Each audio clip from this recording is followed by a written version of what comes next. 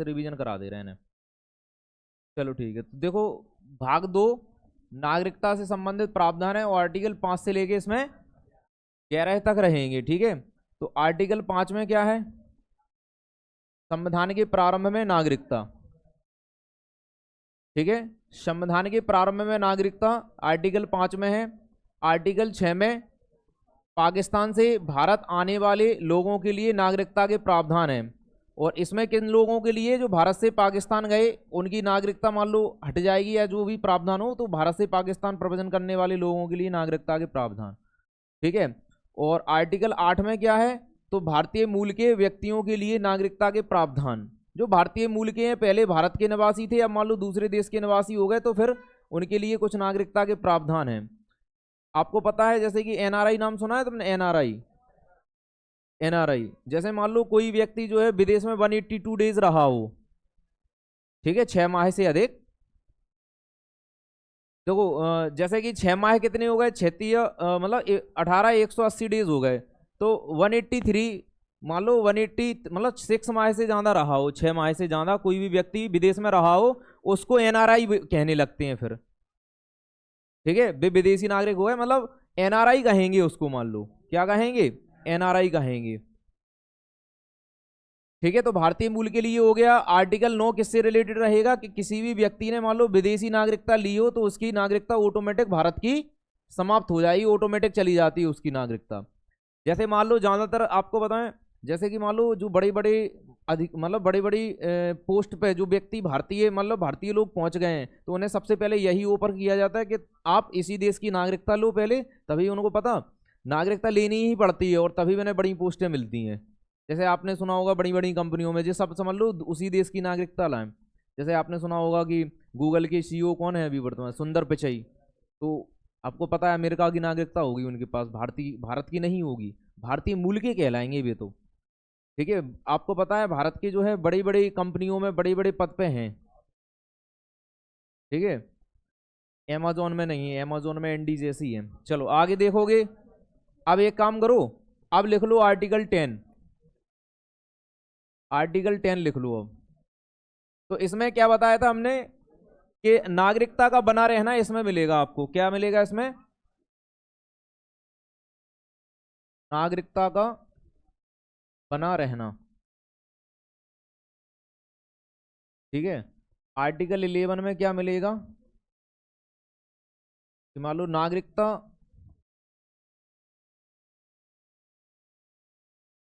नागरिकता से संबंधित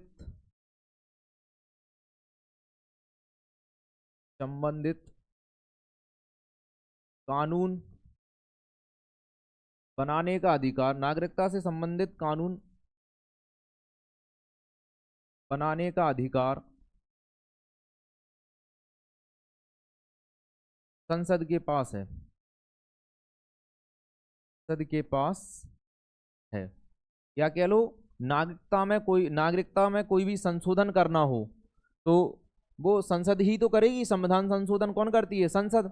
संसद के 3 अंग होते हैं, लोकसभा, राज्यसभा और राष्ट्रपति।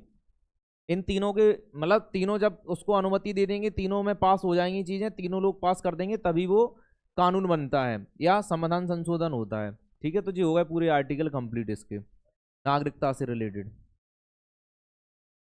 ठीक है, नागरिकता से रिलेटेड पूरे।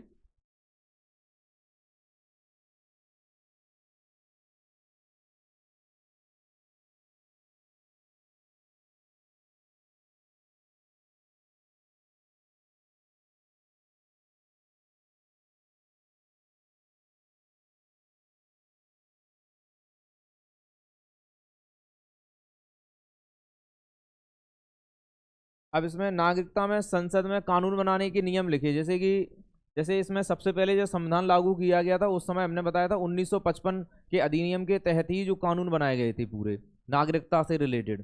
फिर क्या होता है इसमें समय समय पर इसमें क्या किए गए, परिवर्तन किए गए, तो इसमें संशोधन हुए हैं। तो कितनी बार जो है नागरिकता में संशोधन हो चुका है, ऐसा क्वेश्चन बनता है। ठीक है, तो इसमें मिलेगा आपको, वैसे तो 6 बार परिवर्तन हुआ है इसमें अभी तक।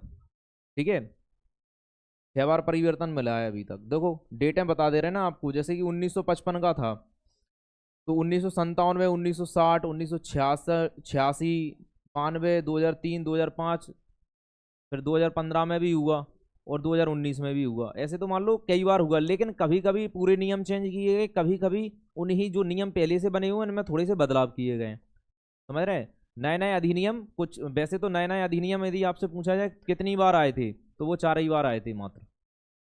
ठीक है, जो नए नए अधिनियम आए थे तो उनके बारे में पढ़ रहे हैं। तो लिखो नागरिकता, सबसे पहले नागरिकता में कौन सा अधिनियम चलता है? तो हमने बताया था 1955 का अधिनियम चलता है नागरिकता में।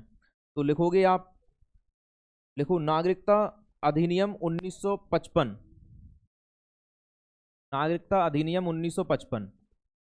क्या लिखो? नागरिकता अधिनियम 1955।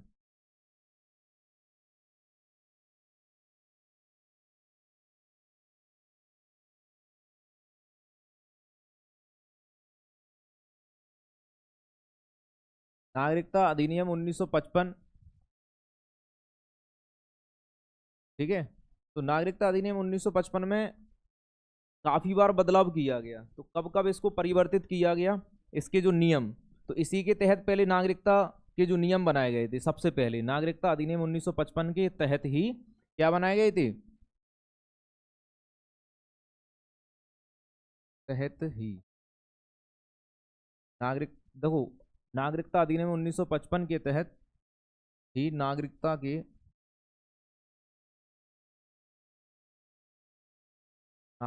के नियम एवं कानून, नियम या कह लो कानून बनाए गए।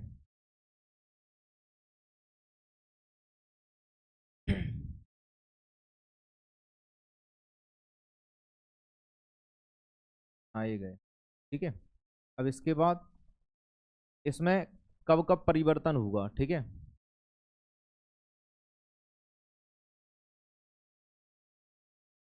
परिवर्तन की बात चल रही है तो इसमें कब कब परिवर्तन हुआ था उसके बारे में लिखेंगे। ठीक है, देखा जाए तो वर्तमान में इसमें कई बार परिवर्तन हुआ। इसमें जो इसके नियम वैसे देखे जाएं तो अभी तक तो वर्तमान में इसमें समथिंग 9 बार नियम चेंज हो चुके हैं, 9 बार नियम चेंज हो चुके हैं। लेकिन इसमें जो अधिनियम कितनी बार बदल के आया था, तो अधिनियम 4 ही बार बदल के आया था। परिवर्तन कब कब हुआ तो लिख लो। नाइन देखो 1955 में आया, 1955 में आया था, तो सबसे पहले 1957 में इसमें परिवर्तन किए गए थे कुछ थोड़े से। ठीक है, 1957, 1960, 1966, 1966 कई बार परिवर्तन हुआ है इसमें। ठीक है, 1966 में परिवर्तन हुआ, 1957, 1960, 1966। फिर इसके बाद लिखोगे आप इसमें 1992, 1992 लिख लो। 1992 के बाद 2003, 2005, 2003, 2005, फिर 2015, फिर 2019। कितनी बार हो गया जी? भैया 1986 भी हुआ था, बिल्कुल सही, एक रह गया है इसमें। 1986 भी था, बिल्कुल सही है। तो कितनी बार हो चुका है? 9 बार। लेकिन कहीं कहीं आपको इसमें आंसर 4 बार भी मिलेगा। कैसा मिलेगा? क्योंकि देखो कभी कभी जैसे मान लो 1955 का जो अधिनियम आया था तो उसमें मान लो चेंजेस किए गए थे इसमें। लेकिन जैसे 1960 में है तो कई सीधा नया अधिनियम ही आया था। तो ऐसे कभी कभी इसमें आपको ऑप्शन में 4 भी मिले, लेकिन 9 मिले तो 9 ही लगा देना। ठीक है, ठीक है, वैसे 4 कम मिलेगा आपको ऑप्शन में, यही मिलेगा जितनी बार हुआ है अभी तक। ठीक है, ध्यान रख लेना। 4 वैसे मान लो ऑप्शन में मान लो 9 है ही नहीं तो फिर क्या करोगे? तो फिर वो ऑप्शन 4 4 जरूर मिलेगा आपको। हम्म, 4 और 9 में भी करोगे तो जो क्या वो 4 है तो नहीं, 2 ही आ जाए तो 9 को ही सबसे अधिक बार जो हुआ है उसी को तो देंगे प्राथमिकता।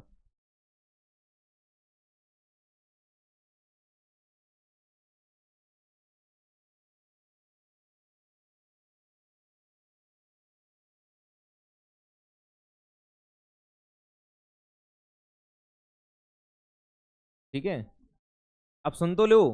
6 बार, कहीं कहीं तुम्हें 6 बार भी मिलेगा, कहीं कहीं 4 जगह भी मिलेगा, और कहीं कहीं जो सबसे अधिक 9 जगह मिलेगा। अब कन्फ्यूजन ये रहेगी कि ऑप्शन के अकॉर्डिंग आंसर लगाएं कैसे। अब जैसे मान लो ऑप्शन में, वैसे ऑप्शन में आपको 9 मतलब 9 नहीं मिला तो फिर आंसर 6 होगा पक्का, लेकिन 6 नहीं होगा तो फिर 4 मिलेगा। कछु ऑप्शन के अकॉर्डिंग लगा दियो, और सभी ऑप्शन होंगे तो फिर कंफ्यूज होने नहीं है, जो सबसे ज़्यादा बार होगा वही लगा देना बस फ्री। जैसे मान लो 4 भी लिखा है, 6 भी लिखा है, 9 भी लिखा है, फिर क्या करोगे?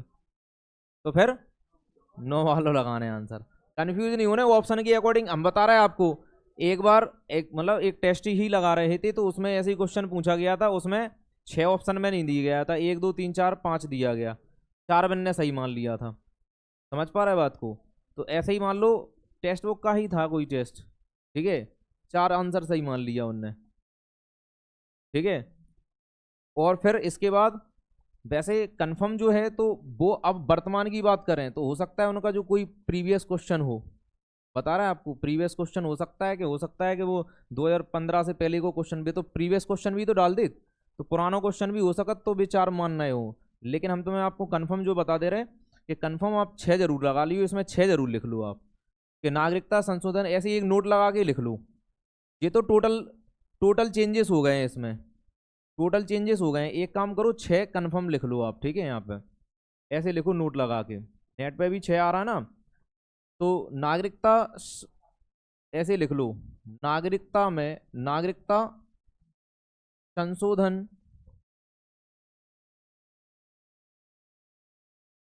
नागरिकता संशोधन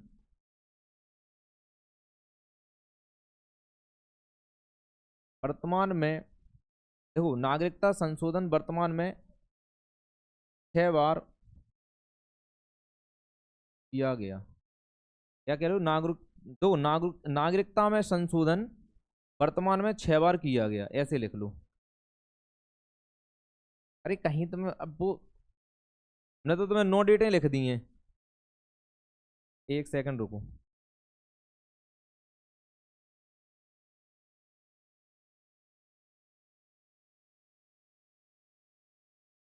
जाओ।